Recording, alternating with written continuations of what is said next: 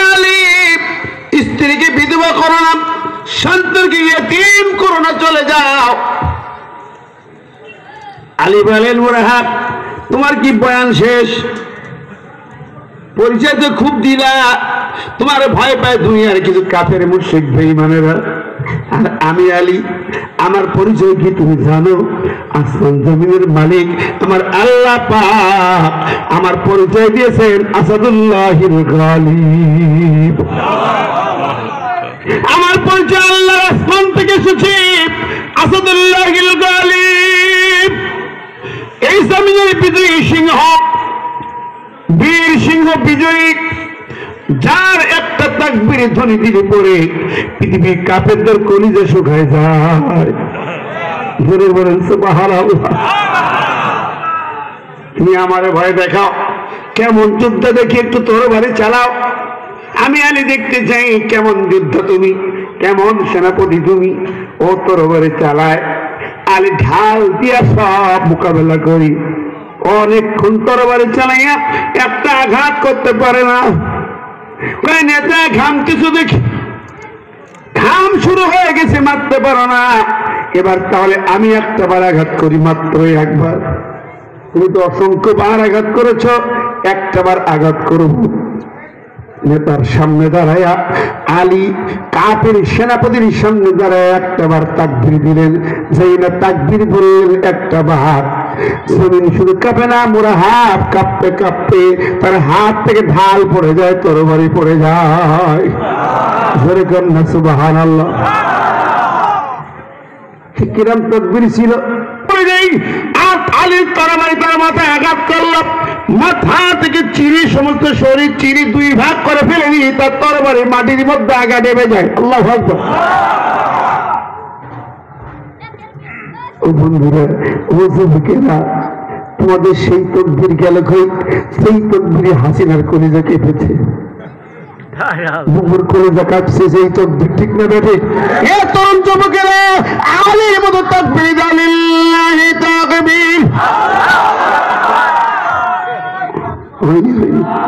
হলো না? আল্লাহু আকবার।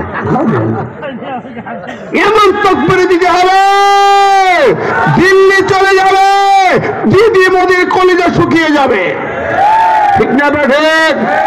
ওই পারে দাঁড়ায় দিদি মোদি বেশ সাইজ করতেছে, খুব কুসকুস করতেছে, ক্যাম্পের কাছে গেছে একটু কিছু তদবির করতে, কাম হলো না, ঠিক না বেঠে? গত এক মাস আগে আমার দেশে ওদের পররাষ্ট্র সচিব এসে তিনটি শর্ত দিয়ে গেছে, সরকারটা প্রত্যাখ্যান করেছে। তিনটি শর্তের একটা হচ্ছে ওই বুবুজানকে ফেরত চাই না। কি কয়? ফেরত দিতে চায় না। কিন্তু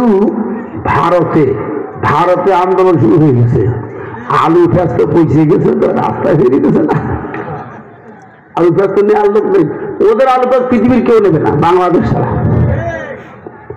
বন্ধুরা, আর আমাদের দেওয়ার লোক পাকিস্তান, চায়না, ব্যাংকক, সিরিয়া, 8-10টা দেশ। ও আমার বন্ধুরা, ওদের পৌঁছে যাচ্ছে, মিছিল করতেছে দেশের ব্যবসায়ীরা, মোদী দেখায় যাচ্ছে। ওদিকে মোদীর পার্লামেন্ট থেকে এক নেতা কইছে, মোদী তো দিদির তালাক দিয়ে পাঠাই দিতে, দেশ বাঁচা। এখন ও চাওয়ালা ঠিক হয়, মোদী তো ঠিক হয়, ঠিক না বেঠিক? আমাদের দেশের স্বরাষ্ট্রমন্ত্রী ছিল কাওরান বাজারের টুকাই কামাল, খুনি কামাল। এরা হচ্ছে মন্ত্রী, দেশের রাজা হয়, সে দেশ কি হয়? ভাইরা আমার, পরিষ্কার কথা হলো, মোদি দিদি কোনো খেলা চলবে না। একটু মুখ বাড়াইয়ে দেই না, লাইভ দিতে চাইছে 32 নম্বর সমান, ঠিক না ঠিক? এরপরে বাড়াবাড়ি করে টুঙ্গি দূরে হয়ে যাওয়া, টুঙ্গি পাড়া, ঠিক না ঠিক? তোর আস্তানা থাকবে না, বাংলার জমিনে খুনিদের আস্তানা থাকবে না, সন্ত্রাসীর আস্তানা থাকবে না, আওয়ামী রাজনীতি বাংলাদেশে চলবে না, বাতিল হবে, নিষিদ্ধ করতে হবে। 72 দেখার কারা কারা চায়?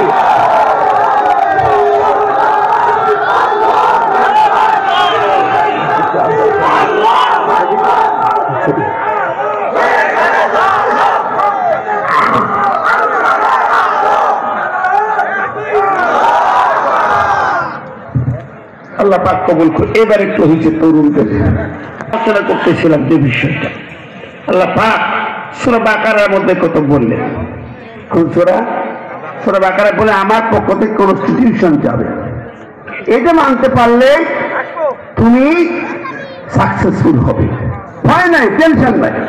সূরা বাকারার দিক খেয়াল করো।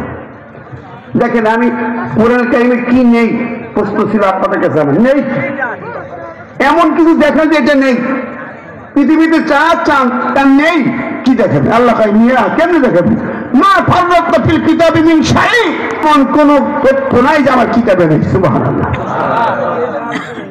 তুই এইটার জন্য আমেরিকায় ব্রিটিশ যাইস, ব্রিটিশ ল আমেরিকান ল নিয়ে আসিস, আমার কোরআন দেখিস না, তাহলে কি বলছে? ওমা মিন গায়বাতিন ফিস সামাই ওয়াল আরদ ইল্লা ফি কিতাবিন মুবিন।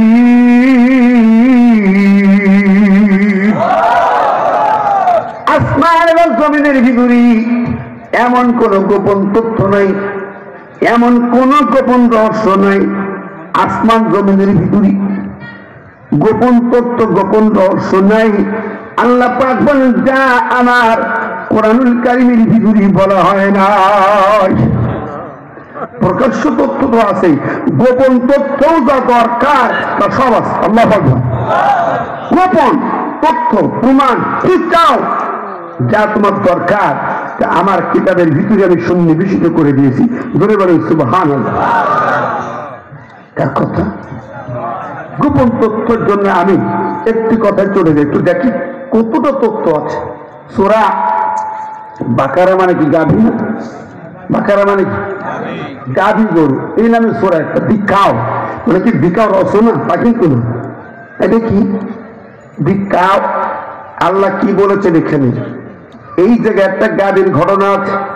গোপন তথ্য দেখেন কিরকম, আল্লাহ রাব্বুল আলামিন পেশ করে দিলেন। শোনো তথ্যটা কি, এই গাভীর কাহিনী কি আল্লাহ পাক আমাদের জানায় দিলেন। সাল্লাল্লাহু আলাইহি ওয়াসাল্লামের জামানায় একটা বুড়া লোক খুন হলো, ধনাঢ্য লোক, অনেক বয়স্ক লোক, আবার পয়সাওয়ালা লোক, জমিদার মানুষ খুন হলো। ওই জমিদারকে খুন করলো আপন ভাতিজা, ভাতিজা চাচারে খুন করে ওই লাশটা গ্রামে মহল্লায় ঢোকার মুখে এক নেতার বাড়ির গেটের সামনে লাশটা রেখেছিল। খুন করলো ভাতিজা নিজে, দেখে আসল লোকের বাড়ির সামনে আর এক মহল্লায়। সকাল হলো, ফজর পর সূর্য উঠলো, গোটা জমিন একাকার হয়ে গেল, আলোচনা হইতেই পড়ে গেল কে ব্যাপার কি, এই জমিদারকে কে খুন করলো, রহস্য কি জানার জন্য মানুষ ব্যস্ত হলো। হঠাৎ করে ওই ভাতিজার দৌড়ে এসে চাচার বুকের পরে আছাড় দিয়ে পড়েছে, বুকের পরে পরে গলা জড়াইয়া কাঁদতেছে, হাও মাও করে, হারে আমার চাচারে তোরা খুন করলি কেন? হ্যাঁ, যে খুন করলো সে বুকের পরে এসে লাফালাফি করে, আমার চাচারে খুন করেছিস, খুনের বিচার চাই। আচ্ছা বলেন, কোরআনের এই যে ঘটনা, এরকম দর্শন কি আমাদের দুনিয়া আছে? আছে? এই যে কদিন আগে দেখলে হাসুয়া পাখি করলো, আবু সাইদকে বুক ধাঁধা করলো খুন করে, আর আবু সাইদের খুন করার পরে, হত্যা করার পরে ওর পরিবারকে সবাই ডেকে, গণভবনে ডেকে বুকে জলে কাঁদবে, কোন কাঁদে নেই, দেখেন নাই কথা কানা যুবকেরা দেখছিল কেউ? এই বুড়ি সেই আমলের ঘটনার এই আমলে মিলে গেল কি করে? ওই ভাতিজা খুনই করলো নিজে, এই হাসু বুড়ি নিজে খুন করলো, খুনি ডাইনি দেবী নিজে খুন করে আবার টাটকা খুনি, ঠিক যাবে ঠিক, এর নাম অভিনেতা, অভিনেত্রী। সব রকম যোগ্যতা তার ছিল, কত কায়দা কারণ করে